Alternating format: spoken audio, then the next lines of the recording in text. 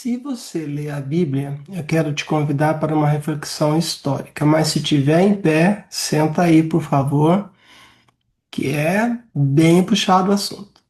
Olhe para essas imagens atrás de mim. Aqui, aqui. Nos ensinaram que o Império Romano caiu no século V. Mas e se ele apenas tiver mudado de interface? Aprendemos a amar Yehoshua, a quem chamamos de Jesus. Sabemos que ele era o rabino judeu, que guardava a Torá e que foi crucificado por Roma. Mas eu te pergunto, por que a religião que chegou até nós apagou completamente a identidade judaica dele? Vamos falar sobre a estética da assimilação e a face de César. A resposta está nas cartas que lemos todos os dias. Começar por 1 Coríntios 11:14. Paulo de Tarso impõe o corte cabelo, curto aos homens. A Torá de Yehoshua nunca exigiu isso, mas o Império Romano sim. Paulo estava ordenando que os seguidores do Messias perdessem a sua identidade hebraica para se parecerem com os romanos. Qual a razão dessa ordem? Mais do que isso, em Romanos 13, Paulo exige submissão absoluta às autoridades de Roma. Foi escrito no século I.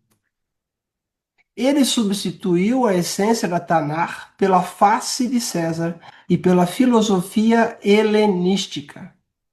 Nós temos um alerta em Mateus capítulo 7. A crença sem Torá, que é sem a lei, ensinada por Paulo. E a prova definitiva dessa usurpação está nos manuscritos originais. Abra o Novo Testamento grego, que é esse aqui. Muito bem. Nos versículos em Mateus 7, ok? Mateus 7. Nos versículos 21 e 22, vemos pessoas clamando: Kyrie, Kyrie, Senhor, Senhor. Eles profetizam e expulsam demônios no nome dele. Isso prova, sociologicamente, que Yehoshua não está rejeitando ateus, nem pagãos romanos, ou fariseus que não creram nele. Ele está rejeitando cristãos. Se prepare. Está rejeitando pessoas que fundaram uma religião usando o nome dele, a autoridade dele, mas que cometeram um crime irreparável. E nós vamos mostrar que crime é esse aqui.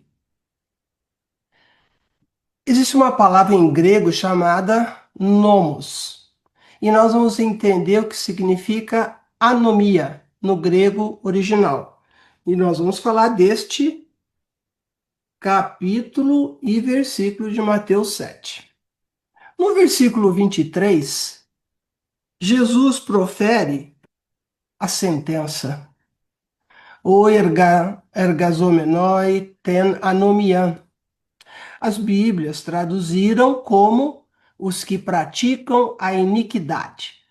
Mas no grego, anomia significa literalmente sem Torá. Eles separaram a fé no Messias da obediência à Torá. E o rastro da anomia não para por aí, não. Em Mateus 13:41, no texto grego, que deu origem à sua tradução em português. No texto grego, Jesus diz que expulsará do seu reino os que operam a anomia. Essa é a palavra grega escrito no Novo Testamento grego.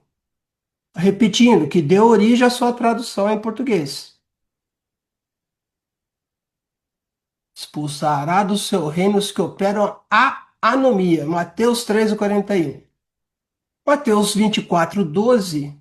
Yehoshua profetiza que o amor esfriará porque a anomia, de novo, se multiplicaria. E o apóstolo João, no 1 João, capítulo 3, versículo 4, dá o veredito final. O texto em grego é claro. O pecado é a anomia, ou seja, o pecado é estar sem a lei. E quem foi o homem que ensinou que não estamos mais debaixo da lei, mas debaixo da graça? Paulo de Tarso. Vamos para o clímax aqui dessa conversa, a revelação do Apocalipse. E é no livro do Apocalipse que a máscara cai definitivamente. O mistério da iniquidade é revelado em Apocalipse 17 como o mistério da Babilônia. Ou seja, o que era o código judaico para o Império Romano. Presta atenção se você não entendeu ainda. Em Apocalipse 13:11, vemos a figura do falso profeta. Ele tem chifres que parecem de cordeiro, mas fala como dragão.